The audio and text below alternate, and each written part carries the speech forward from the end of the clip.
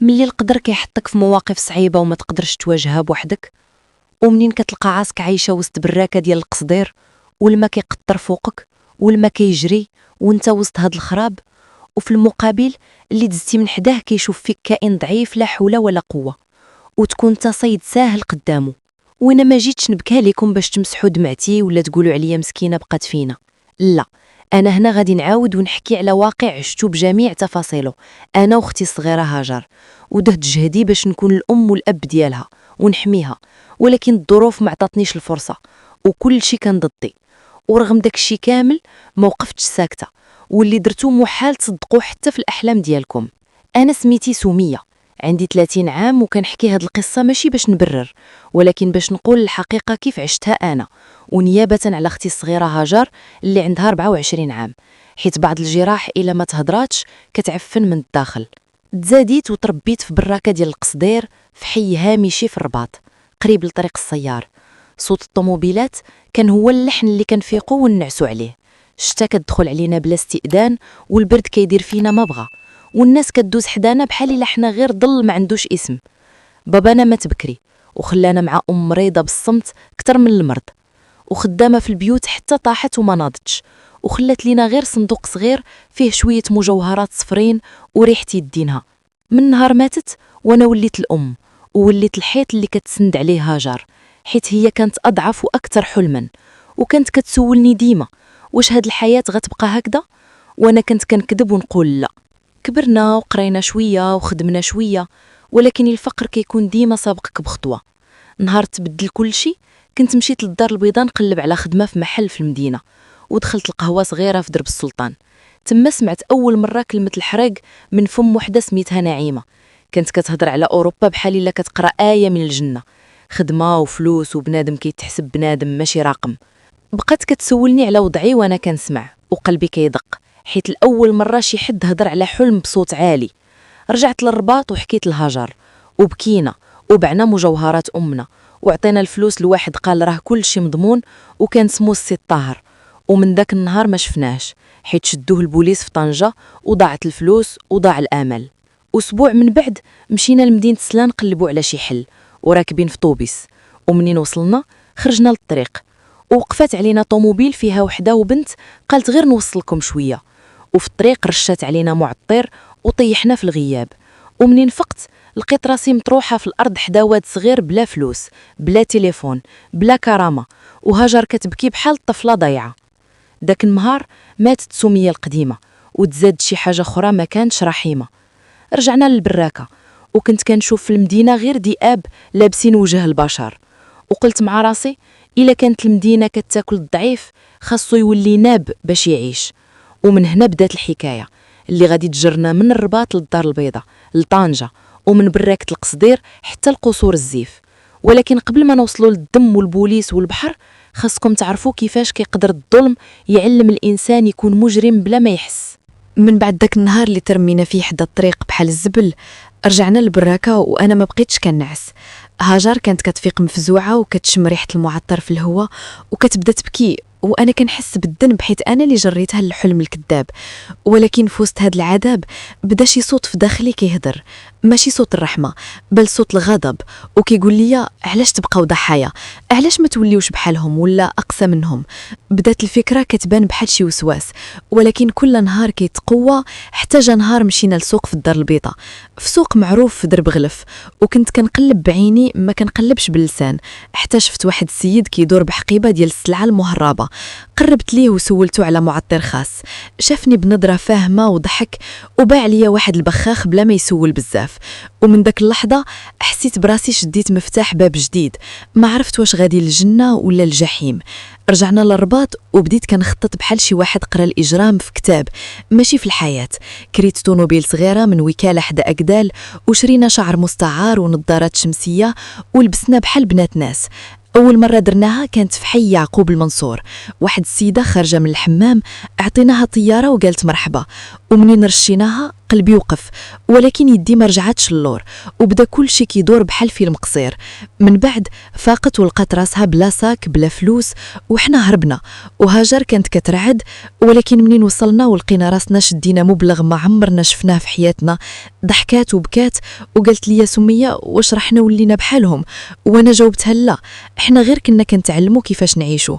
ومن داك النهار تبدل المسار وبدلنا الشوارع من الرباط لعين الشق المعاريف، ومن مدينة لمدينة. وكل مرة كنقولوا غير هذه آخر مرة، ولكن آخر مرة عمرها كتكون آخر مرة. إلا دخلتي الطريق ما كيرجعش. الوقت بدا كيجري بحال الماء، وحنا كنبدلوا الوجوه والطرق من الرباط للدار البيضاء لطنجة، وكل مدينة كتعلمنا درس جديد في الإجرام، بلا مدرسة بلا معلم، غير التجربة والبرد في الدم. كنا كنفيقوا في شقق مفروشة في الحي المحمدي، ومن بعد في المعاريف، ومن بعد في مرشان في طنجة، وكنحسوا براسنا ولات عندنا سلطة، ماشي حيت حنا أقوياء، ولكن حيت الخوف ولا كيخدم معانا. هاجر تبدلات، عينيها ما بقاتش كتسول بزاف، ولات كتضحك في اللحظة اللي كنشدو فيها الغنيمة، وأنا كنت كنراقبها ونخاف عليها من داك التحول اللي كيوقع بلا ما تحس.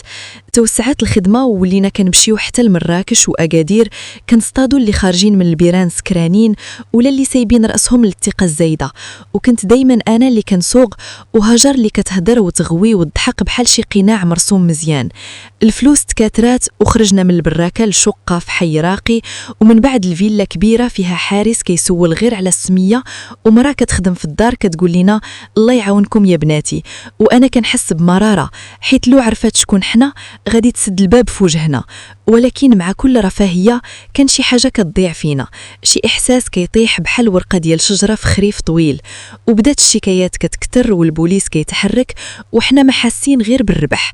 احتاج هذاك النهار في طنجة في الطريق الساحلية، وقفنا واحد السيد باين عليه كبير في السن، لابس مزيان وهادي، ودرنا معاه نفس السيناريو، ولكن شي حاجة كانت مختلفة. الشوفات ديالو ما كانتش ديال ضحية، ومنين رشات هاجر البخاخ ما طاحش كامل، وبدا يتبعنا بعينيه بحال صياد صبار. ومن هنا بدات الساعة الرملية كتقلب علينا. داك السيد اللي حسبناه غير ضحية أخرى كان هو الغلطة اللي ما تحسباتش. كان ضابط شرطة متقاعد ساكن في طنجة، وعنده عينين ديال واحد شاف بزاف وما بقى ما كيتفاجاش. منين هربنا حسبنا راسنا نجحنا، ولكن هو تبعنا بلا ما نحسو، دار شكاية وسول حتى لقى الخيط اللي كيوصل لينا. أيام قليلة من بعد وحنا راجعين من تطوان للطريق الساحلية، حصرونا 2 طوموبيلات ديال البوليس قدام البحر، والليل هابط والبرد كيدخل العظم. شدونا أنا وهاجر بلا مقاومة، حيت الأول مرة حسيت بالتعب الحقيقي، ماشي ديال الجسد بل ديال الروح.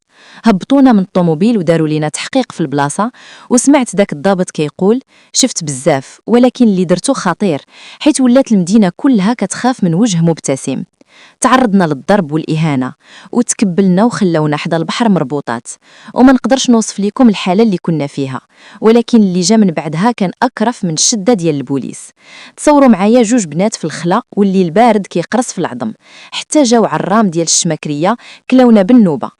وخا قلت ليهم غير يفكونا ما نبقاوش مليوحات، وغادي نعطيهم الفلوس اللي كاينه في الطوموبيل. وبقاو كيضحكوا علينا، وكل واحد فيهم كيقول كلام. وبقينا معاهم حتى طلع الصباح، وداك الليل كان اطول ليله في حياتي. شفت فيها راسي شحال بريعت وشحال جريت معايا اختي. منين طلع النهار جاو خداونا وكملوا التحقيق وتفرقوا الملفات، وخرجنا بمعجزة وبوساطة ما بغيتش نذكر تفاصيلها، ولكن خرجنا مهزوزات مكسرات من الداخل. داك النهار حلفت بيني وبين راسي وأنا كنشوف الموج كيضرب في الصخر، قلت يا سمية يا إما ترجعي إنسانة يا إما غادي تموتي وانتي عايشة. وهاجر كانت ساكتة، ولكن عينيها عامرين بدموع ما نزلاتش. ومن هنا كان القرار اللي تبدل به المصير. من بعد داك الليلة الكحلة اللي تسدت فيها السما فوق راسنا وحسينا بالحياة كتزلق من بين يدينا، قررنا أنا وهاجر نحبسو ونقطعو مع داك الطريق اللي كل خطوة فيها كتشدنا للهاوية أكتر. رجعنا للدار البيضاء بوجوه ما بقاتش هي نفسها، وقلوب عامرة بثقل ما كيتحملش، وبعنا كل شي كان كيربطنا بالماضي، طونوبيل، الشعر المستعار، حتى البخاخ رميناه في البحر بلا ما نلتفتو. خدينا الفلوس اللي بقات وشريت مكازة كبيرة في حي صناعي قريب من عين السبع، وبدينا مشروع ديال التخزين والتوزيع. بشوية بشوية وبالعرق ديال الجبين. الأول مرة كنحسو بالفلوس كتدخل بلا خوف وبلا جري وبلا دموع. هاجر ولات كتفيق بكري وكتسهر مع العمال، وأنا ولات عندي مسؤولية ما عمري حسيتها من قبل. ولات عندي ناس كيتسناو مني قرار وكلمة وصالير آخر الشهر. ولكن رغم كل شيء الماضي ما كانش كيخلينا. كل مرة كنسمع فيها لا سيغين ولا كنشوف دورية كنحس قلبي كيطير من بلاصتو. وكل مرة كنمشي للرباط ولا طنجة كنشوف الشوارع اللي درنا فيها الجرائم بحال أشباح كيتبعوني. بقينا هكذا عايشين بين الندم ومحاولة التكفير، بين الخوف والرغبة في البداية من جديد. وما بقاش عندي جواب واحد على سؤال واحد: واش حنا ضحايا الفقر ولا مجرمات اختاروا الطريق السهل؟ واش المجتمع اللي سد علينا البيبان ولا حنا اللي فتحنا باب الشر بيدينا؟ اليوم كنحكي هاد القصة بصوتي أنا سمية 30 عام، وكنهضر نيابة على أختي هاجر 24 عام، حيت بعض الحكايات ما كتحكى باش تطلب الشفقة ولكن باش تطرح السؤال اللي ما خاصوش يموت: شكون المسؤول من اللي جوج بنات يخرجوا من براكة ديال القصدير ويمشيو حتى الفيلا ثم يرجعوا مكسرات أكثر من الأول؟ والجواب خليتو ليك انت. دابا وانا كنسالي هاد الحكايه ما كنطلبش حكم ولا تبرير، غير بغيت اللي كيسمعني يعرف باللي الطريق اللي كتبان قصيره وسهله راه طويله وعامره جراح. حنا غلطنا نعم، ودفعنا الثمن بطرق ما كتبانش في الاحكام ولا في الاوراق، وبقات فينا اثار ما كتمسحها لا الفلوس لا المشاريع لا الوقت. الا وصلتك هاد القصه وخلاتك توقف شويه وتفكر قبل ما تختار طريقك، راه هادشي كافيني، حيت ماشي كلشي اللي خرج من القصدير نجا، وماشي كلشي اللي وصل للفيلا ارتاح. وبعض الحكايات ما كتساليش بخاتمه سعيده، ولكن بسؤال كيخليك صاحي. وراكم عارفين والفهم يفهم. وهنا كتسالي القصه ديال جوج بنات خواتات والطرقه اللي دازوا منها والمرار اللي داقوه في حياتهم، وكل واحد باقي معايا هنا. بغيت نقول لك شكرا بزاف على الوقت اللي عطيتو ليا ولهاد القصه، واللي عجباتو القصه والمحتوى اللي كنقدمو لكم ما تبخلوش عليا بالدعم ديالكم القناه قصه امل. وبيكم انا كاينه هنا، وبيكم انا مكمله. والسلام عليكم ورحمه الله تعالى وبركاته.